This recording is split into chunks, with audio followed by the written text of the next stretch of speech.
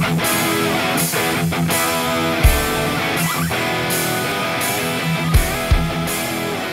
gonna go try to do this. All right. So supposedly we are live right now. I'm trying to get caught up to the comments. I think some people are probably throwing shade at me, but this is not an internet issue. We did not have any connection issues. It's literally a Skype issue. I'm blaming it on Microsoft. So Skype, of course. Screw you. Everybody, welcome to KBN Live. Thanks for bearing with us and getting on here a little bit late. But as Ryan and I said earlier, but when we were talking offline, when we're late, we're on time. Isn't that right? Yeah, we're pretty much right on time. Yeah, right on time. 21 minutes, right on time. We've got a great guest with us tonight, Jake Harshman. Everybody followed this event over the weekend. The first Hobie BOS event kicked off. It was a huge turnout. Looked like the bite was tough, but big fish were caught. Ryan was down there. He was in contention for a little bit. We were pulling for him. I don't want to bring that up and pour salt, but and Jake made a big comeback on day one to get right there in contention and boom, finished it off on Sunday with a big fish late. And we'll get into that story here in just a little bit. But Jake, I know you're tired and wore out because the week before we were just down in Florida, deep South Florida, and then you went up there and made it happen on Seminole. So thank you for taking the time to join us, man. Don't, Ryan. I saw the wheels turning. Don't. All right. So, man, what were y'all doing? Feeling? What were y'all doing in deep South Florida? We were visiting family. Iguana hunting. Oh, okay. Just a couple old town guys visiting some family, huh? Yeah, I figure me and Jake spending some time in that house together probably was key to victory, don't you think, Jake? No, I don't. I don't think so at all. I think I got bruised. Yeah, we don't have to get into the beating I gave you for snoring. Everybody I room with in these tournaments snores. David Cruz, now you, everybody. But Jeff, Steve Owens Jeff, doesn't in snore. your sleep. what? you farted in your sleep, and you're gonna talk about my Well, that's normal. Let's get back on the subject about the tournament here. I don't For know. God's sakes. This thing's circling the drain, literally. All right, so That's cool. So Hobie BOS, man, you made the trip and you made it happen. We were talking down in Florida about you were nervous about going up there, and you know last year you were disappointed with your national tournament performance, and you wanted to make a splash, make some improvements this year, and boom, you did it. So give us a little history on how you figured it out over there at Seminole. Well, we talked down in Florida about this. I performed absolutely terrible in 2019 on the national stage, and I couldn't understand why, because I felt like I knew how to fish, but I just couldn't do it, I guess, under pressure. But I think one of the biggest things that helped me at Lake Seminole was hanging out with a good group of people that were pretty cool, level-headed folks, and we had a really good time in the week leading up to it. Even though I wasn't catching many fish every night, I knew that I was coming back to a group of people that were going to have a good time. So I was pretty relaxed. Going into Friday, I was confused though. I couldn't catch fish on the lake. The only place I'd had any kind of consistency was up in the Flint River. And I was sitting there and people were talking about shoal bass up in the Flint River. And I'm like, I've never caught one of those. I'm like, I want to do that. And I didn't catch a single one of them, but I still, went up in the Flint and caught fish. So now, what did it look like up there? Because I know I had heard rumors that it was kind of blown out and muddy up there. People were talking about fishing the lake. It was a little bit more than kind of blown out. But the nice thing is that I felt comfortable because it was basically, to me, it was like a smaller Susquehanna River.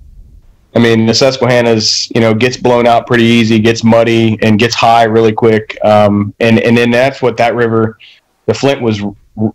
To me, it looked like it was pretty high. Obviously, I don't live down there, I don't know it, but it looked like it was pretty high, and it was moving. It was moving really good. The current was definitely ripping down through there. If you were on a straight bank for a good while, you were in some current. So you felt right at home. You went and fished your strengths, huh? That's what everybody tries to do, but you actually went and did it. It's the only thing I could figure out, man. Earlier, when I say that I didn't catch a single fish on Lake Seminole, I didn't. catch a single fish on Lake Seminole. That's wild. I was irritated. I was angry. Thursday night, I was sitting there talking with my roommate, Donnie Bennett, and I'm like, dude, I don't even think I'm going to fish tomorrow because it was supposed to rain and be cold. I'm like, I'm just going to look at maps and try to figure something out and go to different launches. And that's basically what I did Friday. I woke up Friday morning. I was like, well, I'm just going to drive around and see what I can see, figure out from the looking at maps and going around and try to pick a launch with like the least amount of people at it. And what I ended up finding Friday, I went to a spot that I was on the Flint River and it was a creek that was pushing in some pretty good clear water. And it was, backing up right at the creek mouth. And I mean, I assume it's like this everywhere in the country, but back home around pre-spawn, if you find a creek that's pushing clean water into a muddy river, those fish tend to back up in there. And I figured that, I was looking at Navionics. This creek came out and was averaging around 5 to 6 feet of depth. And then as soon as you got to the river, it dropped down to like 10 feet. And then it was like another immediate drop off to like 20 feet. And I'm like, it had two really good points right on each side of the creek mouth. And I thought to myself, I'm like, that's probably going to be a really good pre-spawn staging spot. And that's where I went Saturday morning. I threw a dart in the dark. No pre-fishing up there. You just went up there. Nope, I didn't pre-fish it at all. I never seen it. I was hoping that Navionics was accurate, is what I was hoping, and it was. So that's awesome. Now, I know down on the lake, man, people were catching some big ones, and that day one, that guy ran out with 100 inches by the time I had my coffee and was like, what the heck is going on? Boy, I didn't think there was any catching that. That was that was stifling. when I uploaded, so I kind of have a thing where I don't normally look at a leaderboard until I upload my fifth fish. Yep. And when I looked at the leaderboard after I uploaded my fifth fish, there were expletives that left my mouth. I was like, I've never been this unhappy about a limit in my entire life. Like, how in the world does this guy just go out? And I think it was like 9 o'clock in the morning. He had 101 inches. And I'm like, what the crap? 7:30. He had 101, but yeah, by like 8 or so. Like, I mean, he did it dirty pretty fast because I was getting messages in our group chat like, holy cow, that dude just put up 100 inches by 8 o'clock. I'm like, oh, that's it was insane. But then, I mean, later in the day, it looked like, I mean, you climbed up into the 90s. Somebody else was up in there too. Donnie Bennett and Ryan. Was Jason Broach had a big day, or was that day two? I mean, several people ended up climbing. Jason got on him day two pretty hardcore, man. He was catching some big fish. And then, Ryan, you had a flurry there late Saturday where you smashed them too, got into contention. Buddy, I pre-fished that spot, and I caught 4 fish out of that spot pre-fishing. They were all between 18 and 20 3/4. So I got out of there, and I was like, this is a good spot. Don't mess with it anymore. Day one, I messed around and caught a couple little fish early, and that's all I had on the board at like 1:30, 2 o'clock, and then the big fish showed up, and it was like 18 and a half, 19 and a quarter, and 21 and a half within 35 minutes of each other. So I knew those fish were there. And I rolled the dice on day two because, I mean, cashing a check, that's fine, but I wanted to qualify for the TOC. Third place was my goal. Like, that's all I wanted, and I knew that I would need those fish. I would have needed 85, 86 inches to be in that game right there. So right. I rolled the dice and I lost. That's part of tournament fishing, That's how it goes. But in my mind, that was the only right choice. The only other spots I had, I could go catch, a limit of 12s or something, but I didn't want $800. I wanted to qualify for the TOC. That's right. That's what we're all chasing. But you still ended up in the top 20, didn't you? Or close to it? No. Top 40. Top 40? Oh, okay. I caught 0 fish on day 2 and still ended up in 39th out of 125 or whatever. That's how tough the fishing was down there. That new AOY system, you still got some points. I got some points, man. I got still 4 or 5 BOS on the schedule, so I'm planning on. I'm getting in there. It's in Knoxville. I can't not fish the TOC. I'm gonna figure out a way to get in there. Yeah, we need to talk about that before we get out of here. That location got announced over the weekend, so that's pretty cool. Now, Ryan, you had some people around you where you were fishing. Jake, did you have any company up where you were in the river? No, not a single. I mean, I shouldn't say not a single soul. So on day one, when I went out there, I don't remember the exact numbers of which ones I caught when, but I had a good limit, and I had called a couple times, and I decided that I was going to leave that spot and go upriver, try to find a couple eddies or something that I could pick up some fish in case, that spot wasn't productive on Sunday. And I ended up upgrading with a very odd looking 18.5-inch fish. Like it had like big shoulders, but it looked like it was anorexic and it was long. And I'm like, there's just something wrong with you. But, I think you took it, didn't you? Yeah, I mean, absolutely. I took it. I ended up catching another 17. So I think I had somewhere around 90 inches or so. And I was floating back down the river, and I watched a bass boat pull into my spot. And I watched him catch 2 giants off the spot. And I did something that I don't think I probably would have done up north. But I pedaled over to him, and I said, "Excuse me, sir." I'm like, "Are you fishing in it?" Well, I get close to him. I said, "Excuse me, sir, do you mind if I approach?" And he said, "I don't know why you want to." That's military stuff right there, buddy. Police right there coming in for an approach. Let me see your hands on the steering wheel. 10 and 2, please. Right. Yeah. So he goes, "I don't know why you'd want to do that." And I'm thinking to myself, this is going to go over great.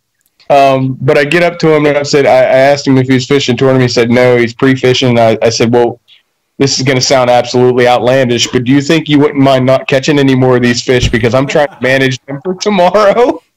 And he's like, he goes, is there some big ones in here? And I said, I've been marking them all morning. And yes, there are in fact some big ones in here. And he goes, yeah, I just caught a 6 and a 7 right here. And I'm like, that's fantastic. And then he starts talking about like, hey, I'm using this DT6, and I'm like, I really appreciate you not catching any more of these fish, but you can't tell me what I can't accept that advice. He's like, oh yeah, just pretend like you didn't hear me. And then he turned around and I was like, holy smokes, I don't think that would have happened up here. I think that person in Pennsylvania or New York or Maryland, that person would have probably. Well, I can't say what they would have said because I'm on live. So well, they wouldn't have caught a 6 or 7 pound fish if they were up there. So that's one thing that would happen. Easy. I don't know if you got that little guy right there, but he's 8. He's 8. I don't know if you guys follow Jake on Instagram, but he'd be throwing up some giant smallies up there on the Susquehanna. I know that. These Susquehanna dude, I'm lucky. I'm incredibly lucky to live 10 minutes from probably what is the most productive moving water smallmouth fishery in the country.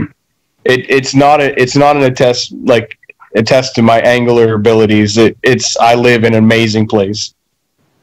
I mean, that's like these guys that live up at Erie and they're constantly catching 5-6 pound smallmouth, and people are like, oh my god, they must be great. Like, no, there's a lot of those up there. That's what we say about the guys that live near Gunnersville.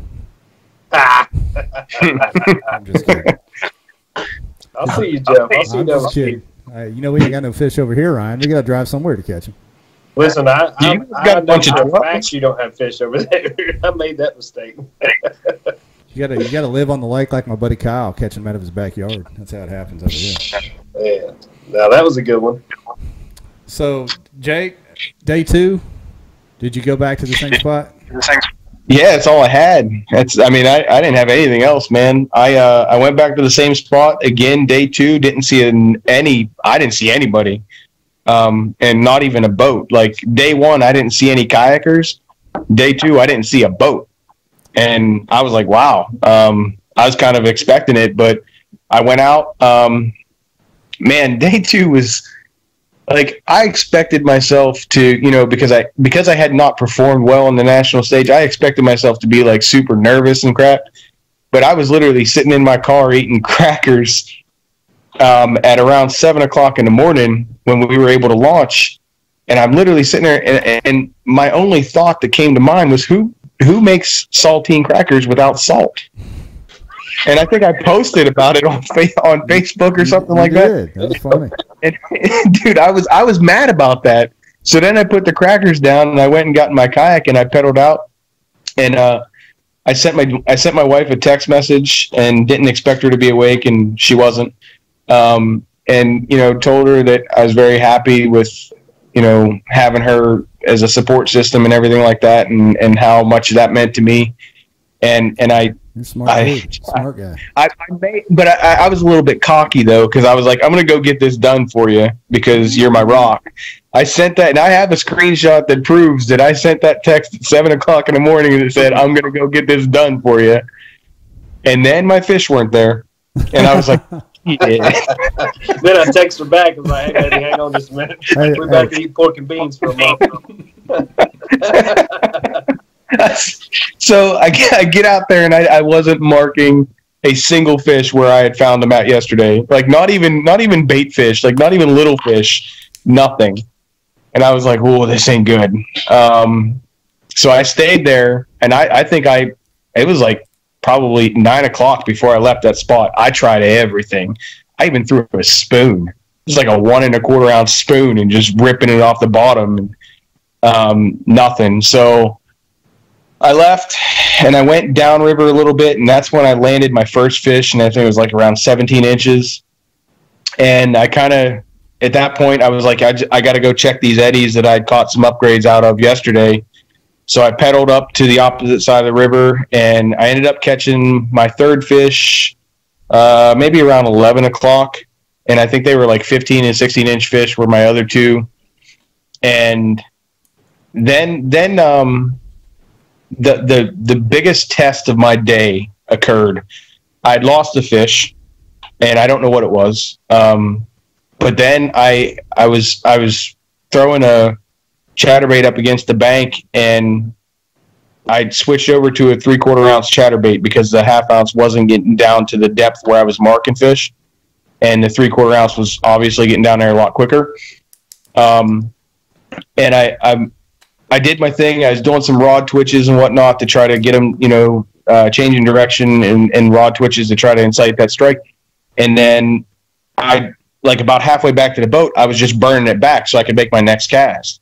As soon as I started burning it back, I watched this fish come up out of the water with my chatterbait in its mouth, and I go to set the hook, and I basically ripped the hook right out of its mouth. And it was a big fish. If I had to guess, my eyes aren't calibrated, but if I had to guess, it was at least 18 or 19 inches. Well, that's cool. I'm glad at least you didn't say 25 inches to get us all. No, I know. I'm not. Could have been. Who knows? I know people. I actually know people that fish the Susquehanna River that their eyes are calibrated. A couple other people know who they are too, but so I wasn't fazed by it though. You know what I mean? Like I literally just casted right back to the same spot, and I kept doing I didn't get upset. I didn't curse. I didn't let it bother me. I casted literally right back into the same spot. And then I landed my fourth fish, and I went live on Instagram for like 10 seconds, and I was like, one more. That's all I need is one more. And I texted my wife, and she's like, she was texting me, and she's like, you need 2 more. And I was like, no, I need 1 more. And I said, but don't worry, I'm going up here to this eddy, and I'm going to get one right now. And around, 250 in that eddy, cast it up against some cypress roots, and I let it slip down probably to about 10, 15 feet, gave it a real quick twitch of the rod tip, and just the hardest bite I think I felt in a long time. Like this fish absolutely went, this fish needed some medication because it was this fish was angry for no reason. She destroyed a 3/4 ounce jackhammer on the fall, right as I twitched it, and I didn't give her any chance. I pencil sharpened her all the way back, and when I went to net her, I almost fell out of my boat, and I quick leaned back and fell back into my seat, and then I looked down in the net, and all I seen was head and mouth, and I'm like, goodness gracious! That's a good feeling when you look down. That's all you see. Yeah, I was like, this is good. So I pedaled real quick down to, because I was pretty close to my spot. I pedaled real quick down to the creek mouth, and I pulled up in it to get out of the current. And then I look down at this fish and I pick it up and I'm like, holy shit. Excuse me. I don't know if I'm allowed. Am I allowed to curse on KBN? I don't You're know. allowed to do anything on KBN. Okay. This isn't like network television, man. This is the internet. Yeah, so no, you're good. You You're know, in the right spot. I looked down, I seen it, and I was super excited about it. And I actually took a picture of the fish and I sent it to my buddy Russell Johnson because he had been in my DMs all day long. grind. I'm like, thank you, Russell, if you're watching. You know, I appreciate all the support, but my battery was at like 32%. So I texted him a picture of it, and his reply to me was, I literally just yelled out loud, and I was pretty happy. I probably should have told my wife that I caught the fish before I told Russell, but you know, Yeah, right. I think Russell understood. Now she knows. I hope she ain't watching this. I don't hide it from her. Oh. She knows that Russell's like my on the water boo, you know, like if I catch a fish, I gotta text him, let him know about it.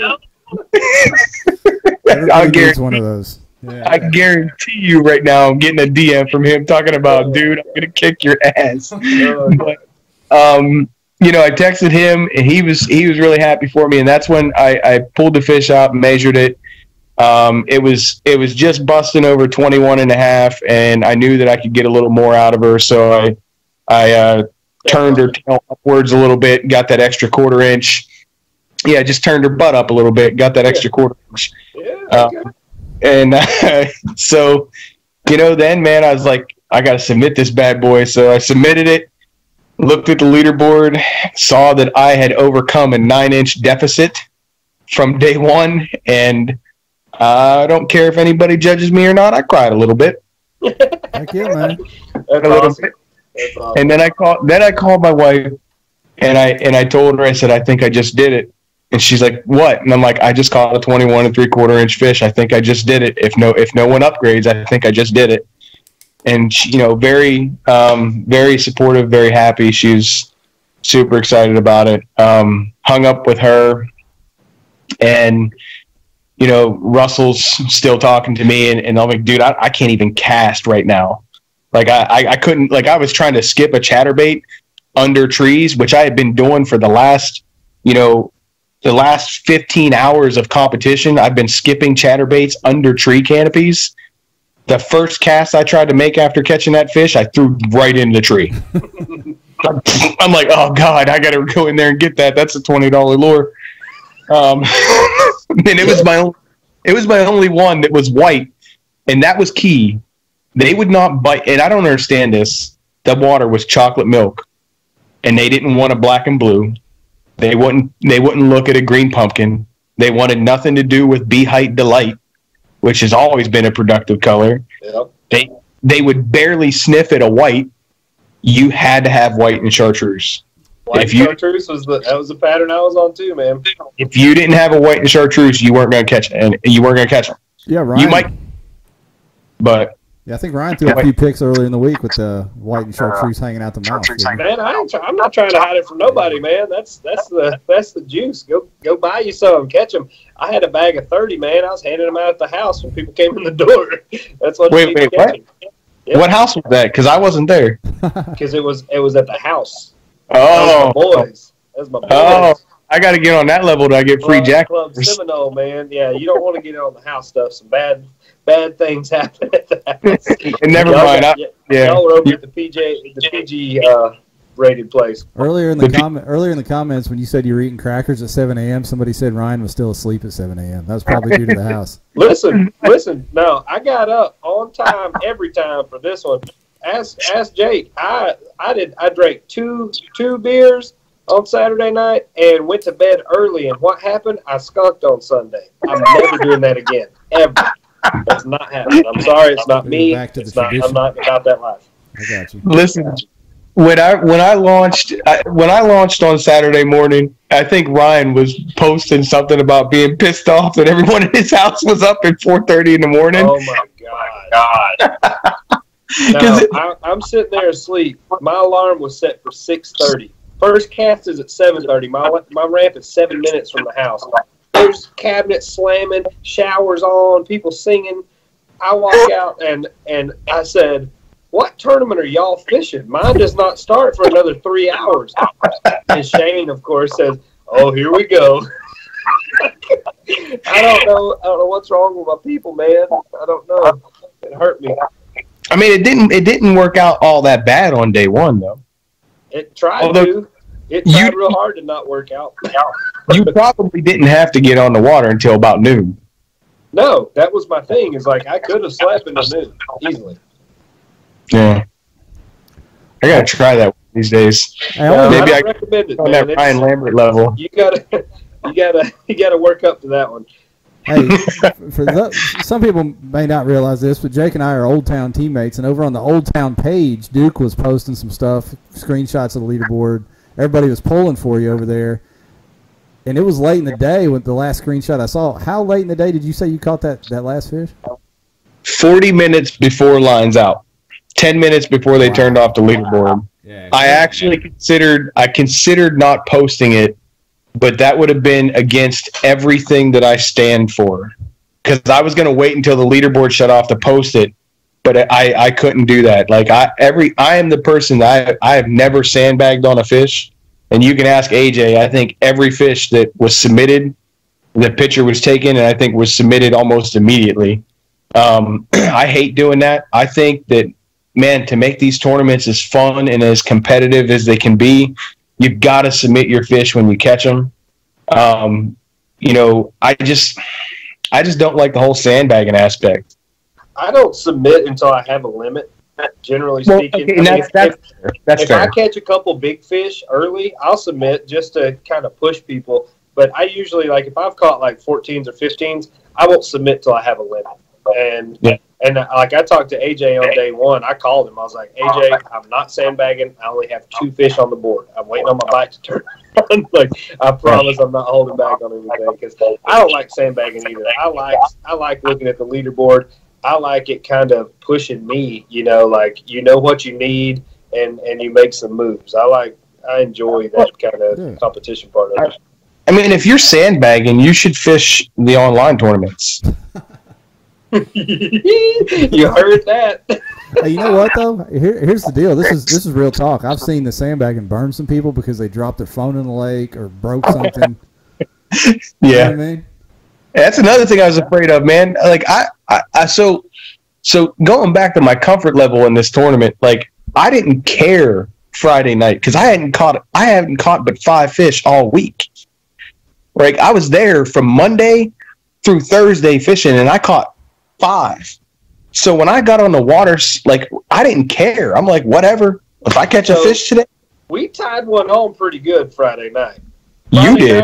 Friday nights when me and Siddiqui were putting all those empty beer bottles in Donnie's boat, and I don't know what you heard. You must have heard the click unclick on his damn boat cover, and you come running out of the room, and I was like, whoa. Listen, you good, bro? First off, let's reverse that because I'm not a big drinker. One, I think I might have had 3 Yinglings that night. And let me explain to you what I heard, because maybe you were slightly more intoxicated than you believe. But I heard outside rattling beer bottles and laughter. And I come out of the door and I see like you two just got your hands caught in a cookie jar and Donnie's boat covers off. And I'm like, what in the hell are y'all doing? And you're like, go back inside. We don't need any witnesses. I'm like, what is happening here? Poor Donnie gets to launch on Saturday morning. He's got a boat full of beer bottles. And he posted it like, I know who's behind this. Lambert, blah, blah, blah, blah, blah. I mean, and then I see that, and then I pull into the boat launch, and there sits Donnie, and I was like, well, all right. Did you help him clean them out, Ryan? No. They were already cleaned out by the time I got there, Jeff. I like to wait until I get there.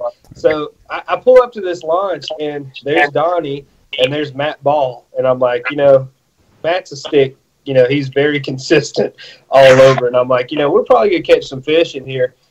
And we went out and caught, me and Donnie did well on like the second lake down. And Brandon Watson, an Alabama guy, he was fishing with us. He was also, pretty far up there. Matt Ball caught, I think, 112.5-inch fish on day one. So on day two, Matt Ball freaking stroked him. So he was on the other side of the bridge from the flat I was fishing. And I got back to the ramp, and he's like, "How'd you do today?" And I was like, I couldn't get a bite. I don't know where my fish went. He's like, "I think I know where they went." And I was like, "What do you mean?" He's like, "I sat here at the other end of this ditch." He's like, "Me and my buddy wore them out all day today." And I was like, "Well, him and Tim Isaacs were over there. Oh yeah, him and old Tim Bob, they knocked the bottom out of it over there." Those two guys can fish, man. Anytime they're in a tournament, and those guys can just fish. Like, I've been around them. I stayed with Tim last year at the 10 Invitational, me, Tim, and Russell. That's a wealth of knowledge right there. And Matt, I know Matt is and I had a conversation actually on my way home the other day with Jeff Little. Matt is an excellent human being. He is. He's not just a great angler. He's not just a great, husband or father or Christian. He is, if anyone in this world has a role model, it should be Matt Ball. I love spending time with Matt Ball. I do. He's a good guy. And I talked to him a little bit actually today and basically told him the same exact thing. There's a few people in this industry that I looked up to when I first started, and he was one of them. Seeing what he did and the way he did it and the way he conducted himself. Last year at the national championship, I was having trouble. And, he came over and he was talking to me. He's like, "Try this." And I tried it and it worked. And I'm like, that's awesome. For someone of that, of that stature in this industry to be willing to come down and help someone catch fish, it's not about the competition. It's about basically with him, it's the brotherhood, and it's for real. It's not just like the fake brotherhood that you talk about on YouTube videos. It's the real brotherhood. Amen. So you met Jamie Koza. We were hanging out right there. We spent a lot of time with the Kozas. That was his first kayak tournament. That was Jamie's first ever, delve into the kayak world. And that's something, when I was going home Sunday, he called and we had a conversation, and he's like, the group of us that were hanging out there, he's like, you're all supporting each other. You're all helping each other, giving each other advice, whatever they need. He's like, that's the dip. That's why things are moving in the direction that they are on this side of things. You're the givers and not the takers. He's like, none of you are out here trying to make money off this stuff. You're doing this because you love it and you want to see the people around you succeed. And I mean, that's the same thing with, Matt helping you out, getting on that bike at the national championship. You want to see everybody succeed. I want you performing at your highest level of competition. Even if, if I'm competing against you, I want to beat you at your best. I don't want to beat you when you had a bad day or you're real messed up or you lost a box of chatterbaits on the way to the ramp. I want you to be on your A game, man. I want it all. I feel bad for that person, man. That person. Listen, last year I had a box of spinnerbaits in my kayak, and I was trailering it, and I was going to one of these launches on the Susquehanna River, and the whole box bounced out. I hundreds of dollars worth of spinnerbaits, and I was just I was devastated because a lot of them were custom spinnerbaits because I love spinnerbaits, man. I was like, man, I was devastated, man. I couldn't imagine, if that would have happened to me, no joke. Well, first off, I got one of them new Plano jig boxes. They're legit, huh? Dude, for real. If that thing, first off, that thing's like $40 alone. If that thing would have fell out of my kayak, I probably would have turned and just went home. Said, I'm done. This week's over. I ain't got nothing left for this week. But inside of that box is probably, I don't know, $500-600 worth of jackhammers. I would have been, you know what? Forget me. My wife would have been devastated because I was buying. I mean, I can promise you that. Lean your head to the right there for a minute. I think you're okay with, or to the other way, to the left. To the other right. To the other right. Yeah, I think you're okay if you'd have lost. Show me that money. Show me that money. If you'd have lost some jackhammers, you'd have been all right. You could have recovered.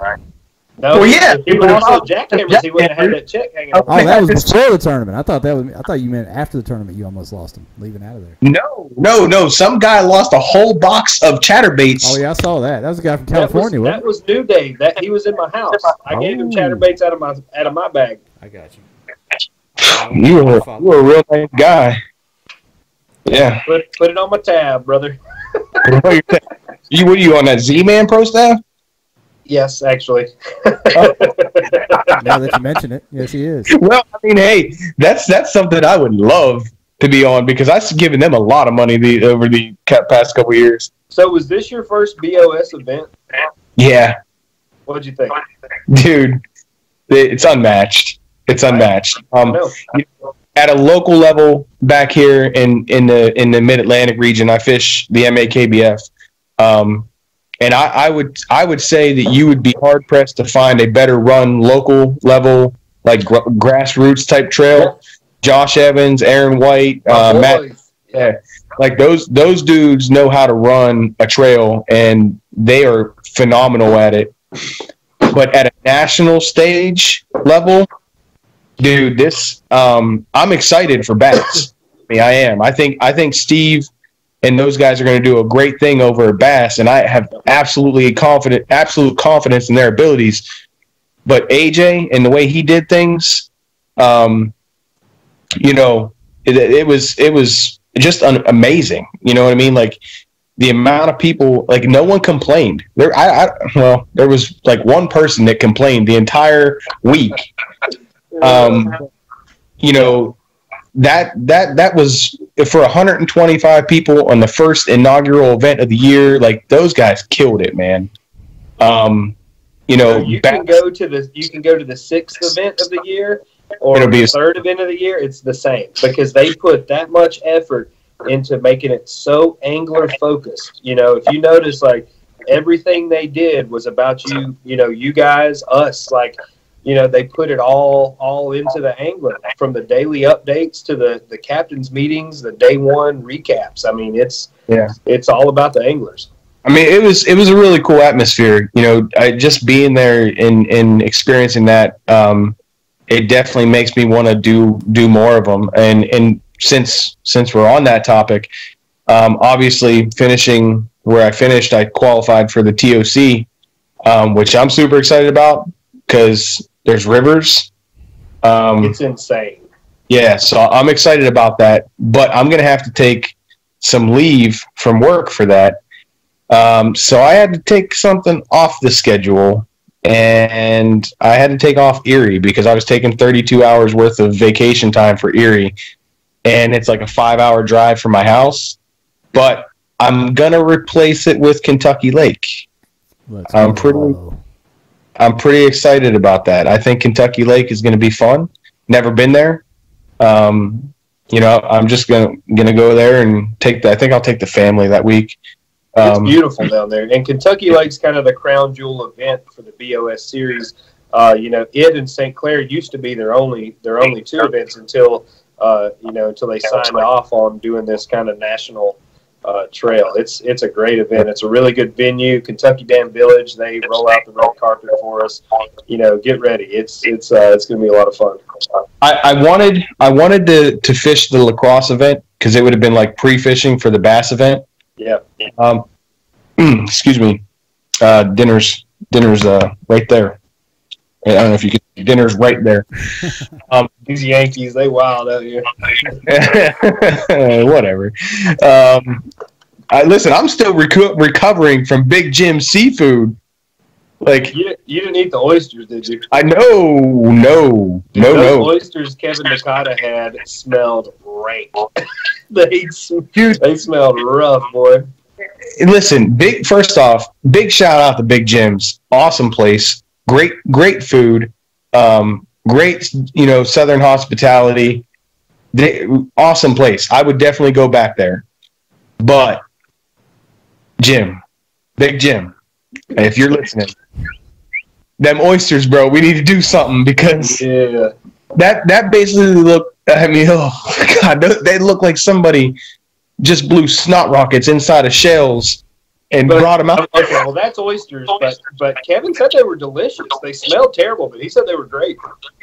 He ate 3 dozen. Hell, they couldn't have been that bad. Okay, look, I mean, they're for somebody. They're not for me. I wasn't, nope. We got a few questions from the crowd about the state of the lake. Some people asked, how many fish did you catch overall for the 2 days? What stage were the fish in, do you think, and what was the water temp? For me, I caught 10. I caught more than 10, but I caught limits both days. On day 2, I caught a limit. That was it. That 21 3/4 inch fish was 5. I lost 2. Yeah, I lost 2, but I like I said, I don't like to think about that. That's because they're not lost. They just weren't ever gotten. But on day 1, it was, I think I caught like maybe 10 or 12 fish, but they weren't, I wasn't culling. A lot of them were small. They were your typical river fish. They were slim, and they weren't big fish. They didn't even weigh a lot. Even that 21 3/4 was the biggest fish I'd caught all week. And that fish, I would say, was probably 6, maybe 6.5. I thought maybe initially it was like 7, but looking back at it, it was probably like a 6 or 6.5 pounder. But I'm assuming that's a damn good river fish, no matter where you're at. But I caught day 1. I caught a good many fish. I was culling, and I started off with, I think in the morning I had a decent limit. I was in the mid 80s. And then at the end of the day, so it's funny, I said about that boat being on the spot, and after he left, I sat there. I'm like, I don't have the, intestinal fortitude to ask somebody else to stop catching fish. Like I was nervous doing that. Like, is this guy going to pull a gun on me and tell me to go to hell? Like, I don't know what's going to happen right now. But I sat there and I basically threw something that I don't like throwing, that I don't have confidence in. And I was like, you know what? I'm just going to sit there and try to, mess around for the last 2 hours of the day. So I threw a shaky head, and I felt 2 bites. I had 2 fish pick it up and drop it. And I had another fish towards the very end of the day, pick it up, swim out into the current with it, swim back into the eddy with it, swim in a circle, and I'm like, bro, drop it. Just drop it. Just drop it. And he wouldn't drop it, so I jacked him. I crossed his eyes, and it was like 19.5, I think. Ooh. So I think it brought me up to like 92.5 inches. And I was like, this is it. I'm done. I pedaled back into the creek, and I think I caught one more pickerel, because I caught pickerel early in the morning. This is going to be great. I actually have a couple pictures of me like making frowny faces with pickerel. Frowny faces. Dude, it was bad. My first 2 fish in the morning on day 1 were pickerel, and I was like, that's great. This is going to be fantastic. Hey, let me stop you, Jake. Put your phone a little bit more out in front of you. There you go. Which one, like right here? Yeah, somebody said you look like a thumb. Listen, you can tell that person to get at me in my DMs. I got words for him. I don't care. Chris Santoro. Oh, listen. Look like a thumb. Said your head was just sticking up in the corner like a thumb there. So whatever. You're good now.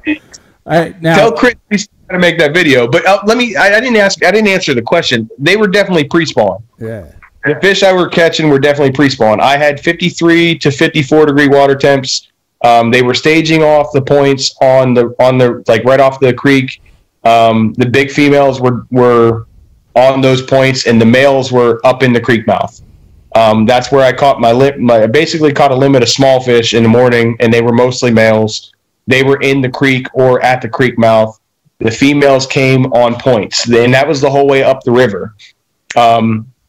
Anytime I'd upgraded, they came off of a point. And for day 1, they were high up in the water column. They were, those fish were in between 5 and 10 feet deep. And day 2, whenever the sun got high, they moved down. They moved down in the water column. That's why I had to bump up to that 3/4 ounce chatterbait.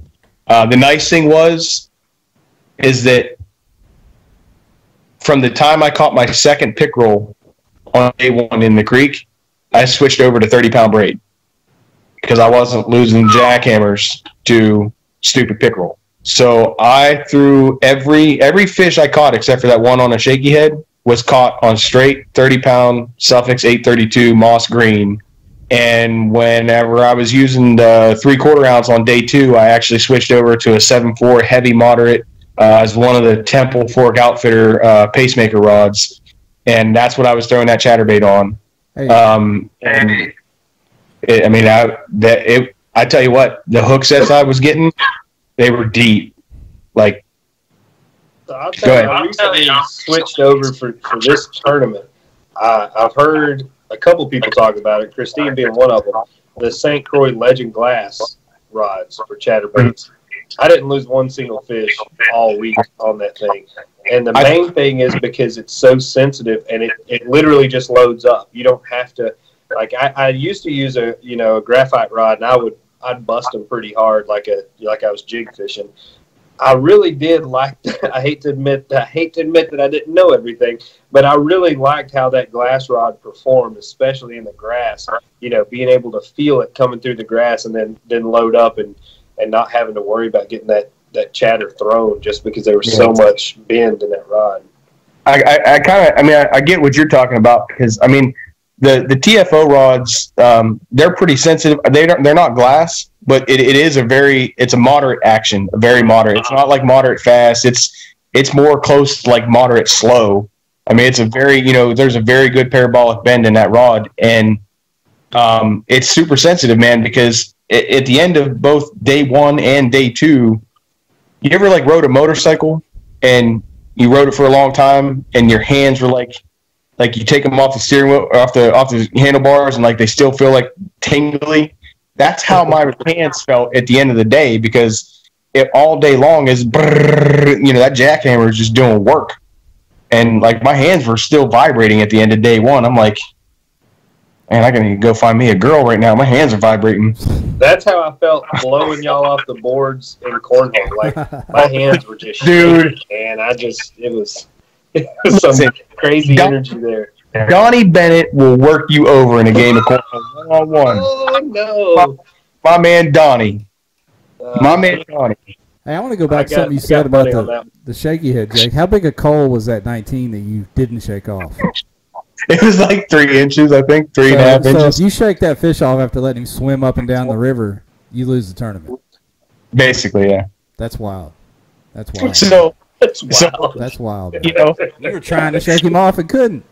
I was, dude. I honestly thought I didn't think that I was going to have any issues with those fish being there, because river fish, in my experience, they're very predictable.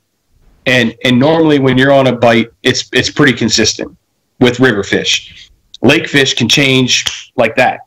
But for me, I was thinking, these fish are definitely going to be here. They're pre-spawn. They're not going anywhere. They're going to stay in eddies because the river's high.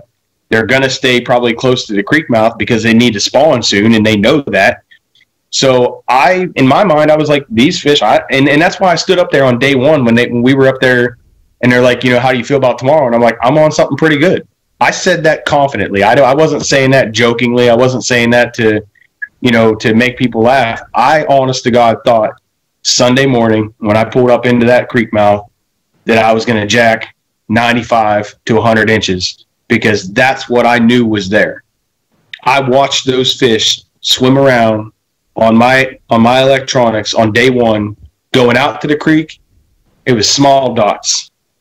When I got to the creek mouth, those dots looked like whales. Like they were big. And I'm like, I'm thinking, man, like this is it. Like maybe I could have another 100-inch day. And that was what I was thinking. But the sun pushed them and they moved them. I don't know. What's on your agenda this year, Jeff? What big events are you going to hit? You asking me, you said? Yeah. I think you fishing this year? I'm thinking about it. It's easier to talk about it than to go do it, isn't it? Some people. No, I've got Fork. Actually, I got a real busy 3 or 4 week stretch. I'm hitting Fork, Logan Martin, and back to Fork for the second bass event right after that. So three events in 4 weeks. It's going to be a fun little month there. I'm going to hit Logan Martin for sure. Man, I'd like to make one of the forks. I know I'm doing Lake Norman, so that's going to fall in. I think that overlaps with the Bass Fork event, if I'm not mistaken. Yeah. Isn't that a little too far north for you? What's that? Isn't that a little too far north for you? No, I ain't scared of y'all. No, listen. I'm just thinking like, it might be a little cold. No, South going to rise again, Playboy. I ain't scared of none of it. No. Okay. I'm going to come over your way in May, Ryan, Chickamauga for that bass event. Ooh. Hey, listen. You going to give me some juice Myself, off that? I'm going to go ahead and put this out here. Me and Shane, we are not going to Westbound Bar the night before the tournament. I'm not doing it. We're not going to Mike's Hole in the Wall. I'm going to get up and go fish. You heard it here first, folks. You heard it here first. Write that down. If you see my truck at any of those, call Jake and have him come arrest me because I have violated my parole. You just said that Saturday night you drank 2 beers and went to bed early and you didn't catch a single fish on Sunday. Now you're saying you're not going to drink and you're going to fish? No. You got confused. I did not say I'm not going to drink. I said I'm not going to those 2 places because we drank way too much when we did that, and I didn't get on the water till 9:45 on Chickamauga, which is my favorite lake on earth. Well, That was my bad. Shane said he's canceling. He chimed in and said he's canceling then. Oh, okay. All right. Well, same difference, I guess, right? Oh, No, Shade. yeah, I'm sorry. Shade. That one was rough. That was tough. No, I can't say nothing. I wasn't even there. So, As long as Shane remembers his identifier when he leaves the house, he's gonna be all right. I feel like Shane's gonna make a run this year. Jeff, you and I had a conversation down in Florida where I was trying to convince you to come to Lake Seminole. Do you remember that? yes, except I flew to Miami and then flew Right. home.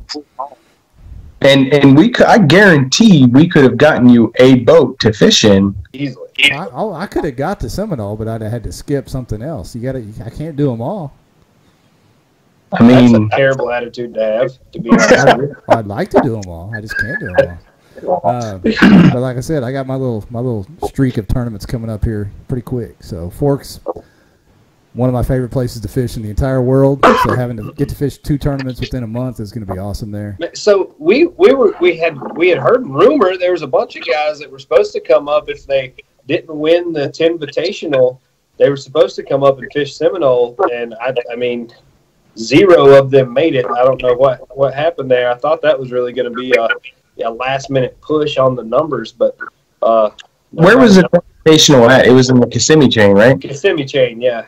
How far away from where we were was that? An hour. Oh man, that's probably like I'd say 6.5 hour drive or so, roughly. I know when I left Fort Lauderdale, what was it, Sunday night, Jeff? Yeah. That's when you flew out, right? Sunday night, it took me every bit of 6.5 hours to get up to Seminole, and that was brutal. Yeah. Like, it was a brutal drive because it was basically nothing. Yeah. Like, driving through nothing. So, maybe that was I don't know. Oh no, I was hoping to see some of those guys there, man. We keep getting, I'm going to be there. I want some guys to show up, man. I want to see everybody get together on this stuff. I think are either of y'all coming to the national championship? No. Negative. All right. I'm shooting the Oh, national championship for me is TOC in Knoxville if I can make it. Amen, brother. That's my it is. national championship. That's going to be a hell of an event. I tell you, there's 2 people you don't want to see qualify for that tournament: Jordan Marshall and Eric Thompson. Hey, if you see those 2 names on the list. Let me go back to the comments because Eric Thomason chimed in when Jake said that his buddy Russell was his boo on the water. Eric Thomason chimed in and said Ryan's boo is Jordan Marshall. That's what he said.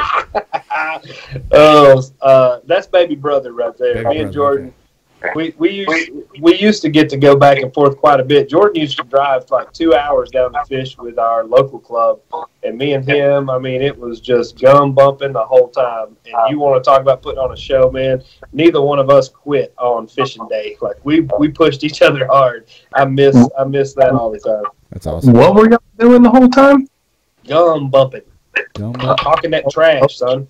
Okay. All right. Maybe that's You just heard the bumping part. You got scared. It's kind of like I mean, it's like, when you're on the water boozing your DMs and you're crying on the water. It's kind of like that, except a Southern man thing. I see what you did there.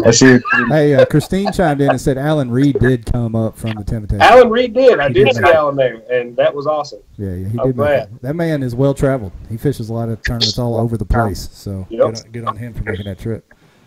One of my favorite parts of this weekend was watching a Hobie technical support guy completely fix a hole in another brand of kayak. And I don't know if you've seen that or if you were there for that, Ryan. We had a guy who had gotten into some trees because I guess there's some wood on Seminole. Oh, a little bit, yeah. Just a little bit. But he had a hole in his kayak on the bottom at the crease where it kind of connected. And, one of the Hobie guys, I forget his name. It might have been Kevin. Kind of the skinny built guy. The skinny Hobie dude. Yeah, that's probably Kevin then. He basically, like, they were shaving pieces off of this dude's kayak, melding them up. Dude, this was sketch because they're like, all right, we need a spoon, a lighter, and a putty knife, and I'm like, what are we doing? Yeah, right. And a tiny needle. so like they sent this dude down to get a metal spoon from Big Jim's and a lighter, and I'm like, this is not good. This is not good. Like, you can't go to Big Jim's and say, can I get a spoon and a lighter? But either way, like they melted up this plastic, and this dude legit he fixed it. He plastic welded a kayak right there in the dark. And then dude went out and tested it the next day and fished out of it in the tournament. That's impressive. And I'll say there was a ton of wood down there. And I was in AJ's PA12, and I had the 180 drive with the kick-up fins. So, one of my biggest fears, forever with a Mirage drive was hitting wood and rocks and stuff. Man, those kick-up fins, I beat them to death. I mean, I'm serious. Beat them to death. Grass, wood. Hats off to the Hobie crew. They saved that one. I mean, that was a solid move right there. Hey, let me tell you something from watching from home. Seeing the brands cross over and not be brand biased. The camera boats were following Old Town guys, bona fide guys. It didn't matter. Yep. They were putting them out there, which is cool. Jake's getting some over there. I'll be awake in the morning to get you on the bus. And then Old Town, they're sharing Jake's stuff on social media with the Hobie banners in the background. Didn't care. Yep. Yeah, you like to see that kind of crossover between the brands. What just happened there, Jake? Did we get on a touching moment in the family? What was that? My 12-year-old's going to bed because he's got to go to school in the morning. All right. Now, he has a big day tomorrow because tomorrow he's going to get his honor roll certificate. Yeah. So, shout out to Little Harshman. He definitely got his mother's brain, not mine. So, but yeah, man, it was cool just seeing all the different people and stuff come together down there and help each other. Because there was people stuck on logs. There was people that broke equipment. When old dude had a hole in his kayak, there was another guy come over and said, listen, man, I have an extra Hobie. If you want it, we can rig up all your electronics in 30 minutes and get you on the water, and you can fish out of it tomorrow. And I guess I don't really have to be concerned about it was a bona fide kayak that had a hole in the bottom of it. And, they're like, he's like, well, I really feel comfortable fishing out of my platform, but that is a great option, and I appreciate it, and we'll use it as a last resort. So, dude, the people that came together, man, it was legit. I didn't see any of that at any other national level tournaments that I've been to. I didn't see the groups of people playing cornhole, drinking Yinglings. You didn't get that. You just never seen that at any of the other events. Even at the national championship, the groups that I was with, nothing against the groups I was with. I love the groups I was with, but it was more business oriented, and it wasn't let's go have fun. It's fun, but you still get treated like a pro. I think what we'll see, and I hope this is what we see, kind of the vibe that we had, Jake, where everybody, there at Big Jim's, I want to see us grow this to the level to where we can all travel together. You know, it's a tour. It's a legitimate tour. Like, you're all staying at the same campgrounds. You know, you go eat dinner together at night, and you go back and hang out and watch sports, and you know, play cornhole or whatever. Like, I want to see this sport get to the level to where, you know, that's an available option for us. I think that's so much fun. I mean, that's what this is all about. Yeah.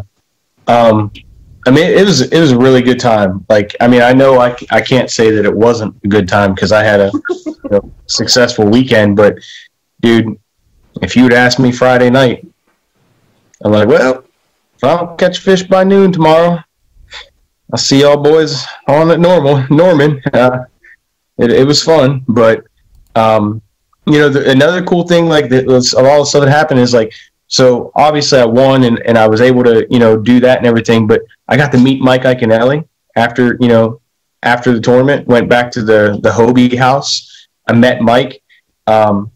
He talked to Jacob on the phone, my son that just went to bed. And it wasn't like, it was genuine. You know what I mean? Like, when Mike got on the phone with him, he's like, hey man, like, what are you doing? How are you doing in school? Like, do you like to fish? And Jacob's like, yeah, I like to fish. He's like, oh, cool. He's like, what's your favorite lure? And Jacob's like, a whopper plopper.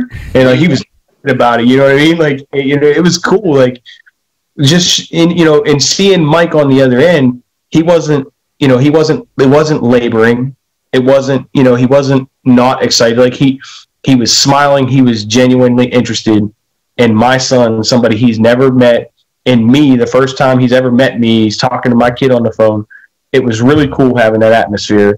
And then afterwards, getting to sit and talk to him about fishing and stuff. Like, a lot of people get this image of Mike that he's like some cocky northerner that just yells and screams. But if you talk to people that know him and that have fished with him, it doesn't matter if that dude's fishing the Bassmaster Classic or if he's out back fishing in his pond and catches 12-inch fish out of his pond, he's going to get excited. When it's not for show and it's not on camera and he's still getting excited, I love that, man.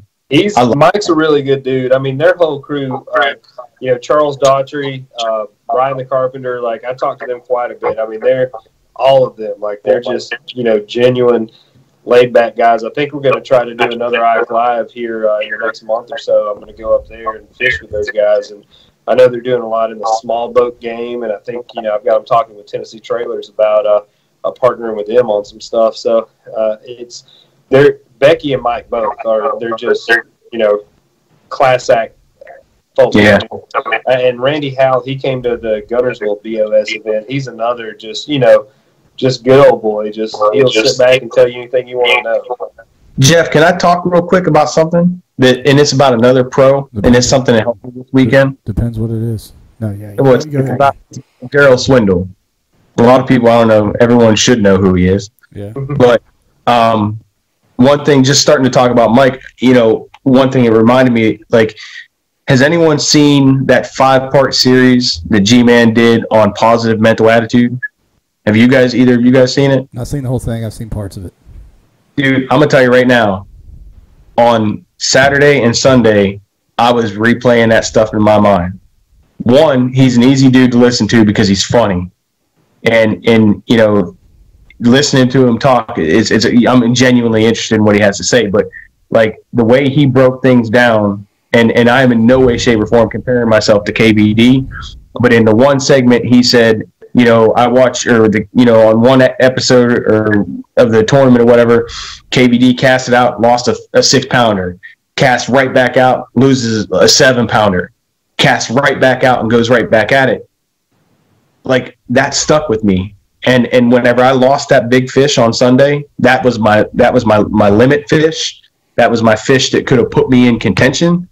I never let it faze me because the whole entire time I was thinking positive mental attitude. I had my wife in my text messages, positive mental attitude. She's like, keep grinding, stop being a ridiculous retard and catch more fish. And I'm like, okay, babe, God. Like, she was pushing me. Like, I'll send you, Jeff, I should have sent you some of the screenshots you could have put on the screen here, but that's awesome. It just that positive mental attitude, man, for anybody anybody that's fishing, they need to watch that. They really do. They need to watch that, and they need to take heed, because that helped me out a lot. Where's Katie back at? She needs to throw them. She's always clutch with the links. She needs to throw the link to that in the comments real quick. Come on, Katie, get us those links. Yeah, it's on YouTube. Just search Gerald Swindle Positive Mental Attitude, and you're going to be in for a laugh. But don't forget to take away the important information that he's conveying, because it's for real. Like that helped me out tremendously, and that might. You need to get Katie's payroll checks coming out a little faster. Apparently, that may be the holdup. It's taking you 2 months to get her paid. What kind of? Hey, speaking of not getting paid, is this a good segue? Before we get out of here tonight, we've been on here about a little over an hour. It's been a great interview. We appreciate you, Jake. But there's a big tournament coming up here in about a month and a half, and there's been a change in tournament director. Ryan, you want to touch on that at all? I don't know. So, I mean, I heard earlier today that we've had him on here before. Richard Penny, who is, he's been a staple in KBF, is no longer with KBF. And from my understanding, which I've been wrong before, but I think Joe Habenrich is going to be TDing the national championship this year, from what I understand. Has he ever been a tournament director of an event that size? Yes. He maybe not of that size, but I will speak that he did a phenomenal job up at Erie at the Open in 2018.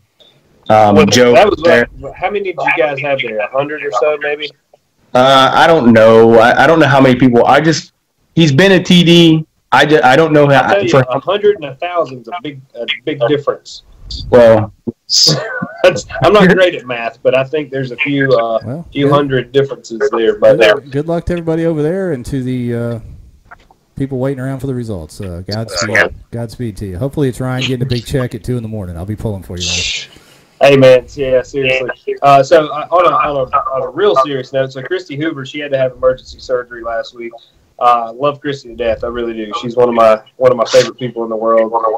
Want to send her some well wishes. Hopefully she recovers quickly and is back on the grind. Yeah. Prayers up for Christy. And any other questions from the crowd? Anything else you want to say, Jake? Something else to mention, man. Cody Prather, he was down there at the BOS event. He and Ron Champion, and I know Clint Henderson's involved, and Matt Ball, the Kayak Fishing Fellowship. What they're doing is really cool, man. That's I really like that. They had a big meeting and getting everybody together and kind of sharing another side of the fellowship here in the sport. I think that's really awesome. Oh man, I got to go to his first one down at Lake Fork, and we did a little pre-recorded podcast a week or two ago talking about all that, and it is cool stuff. And I think he's going to do it again at Fork at the next BOS event. So if you guys are going to be there, whoever's going to be there that's watching, show up and have a good time. You asked. I'm sorry. We're a little bit behind. I wasn't. I thought you might have been done. No. Go for it, buddy. So with that being said, one of the things that Cody and Ron. Bye, Ryan. Hey, I'm sorry about that. Raise your slowly just moving away. So, but they took up that collection for the community down there, and out of 125 of us or whatnot, they raised a little over $1,000 or $1,100 or something like that. If anyone is interested in helping out that community of Bainbridge, you should get in contact with Ron Champion or Cody Prather. And if you have a little bit of extra money, you should give it to them, because those folks opened their arms up to us and they welcome us to their community. And the entire time I was down there, I was not met with a single negative person. Those folks legit down there, they need your help and they deserve it. The Milner family was pretty key in doing that. That was that family that I'd met there on Monday as I was launching. That came over and wanted to check out my awesome kayak, Old Town Predator PDL. Yes, sir. So they came over and were checking out my boat and everything, and they just genuinely are good people. And I actually had a conversation with them over the instant messenger, and they had some very kind words to say for me. And that little boy, actually on his way home with his dad that day after they stopped and talked to me about my kayak, he's like, "Dad, can we pray for him?" I'm not a very religious person myself. I don't attend church. I do believe in God, but they literally they put me in their prayers and their hearts, and they never met me aside from that first time right there talking about a kayak. That may have been why I landed that 21 3/4 inch fish at the end. That may have been why I set the hook on that 19.5 at the end of day one.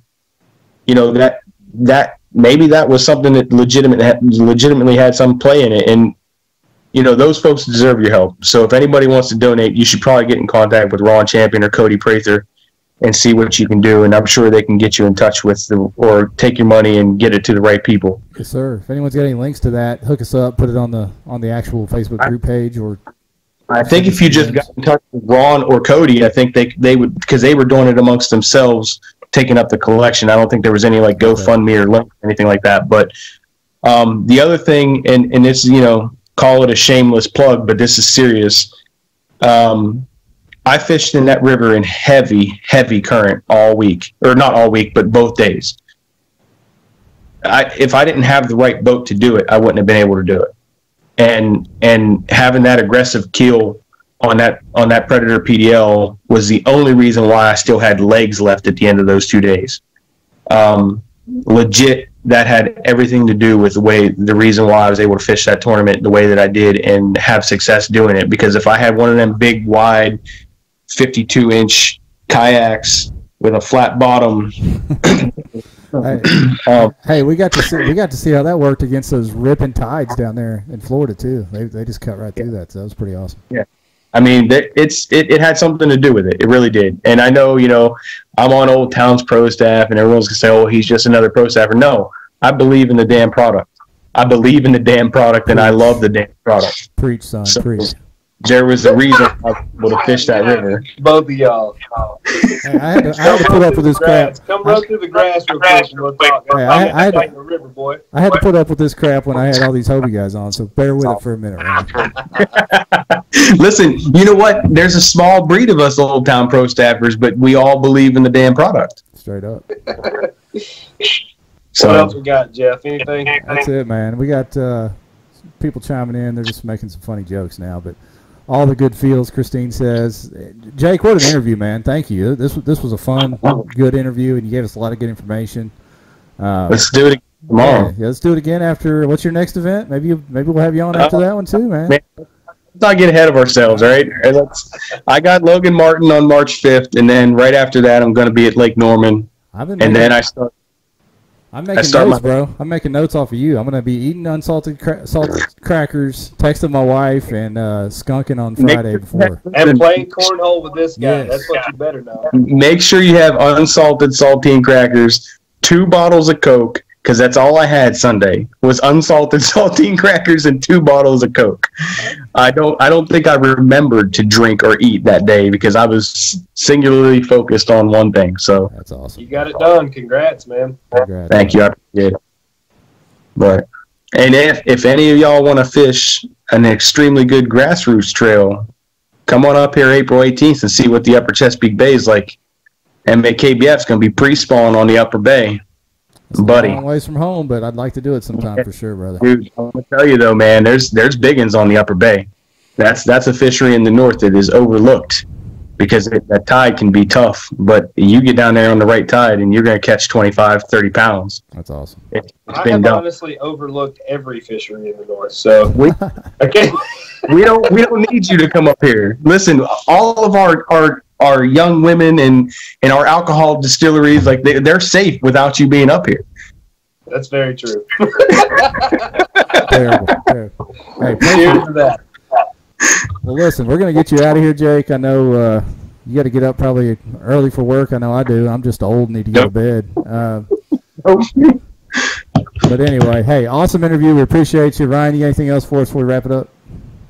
I don't think so, man. If I ever tell you I'm gonna be somewhere, Jeff, I'm gonna be somewhere. I'll tell you that. You're the man. I'll leave it at that. You're the man. I'll see you at Logan Martin, Ryan. But hey, Thursday night we're gonna be back here live again with the guys from the All-American New Kayak Tournament. We're gonna have Tyler Cole and Josh Booth on with a guest host, David Cruz, gonna jump on here with me. So, but with that, we're gonna wrap it up. Thanks again, Jake, and we're out of here. Thanks for having me. Yes, sir.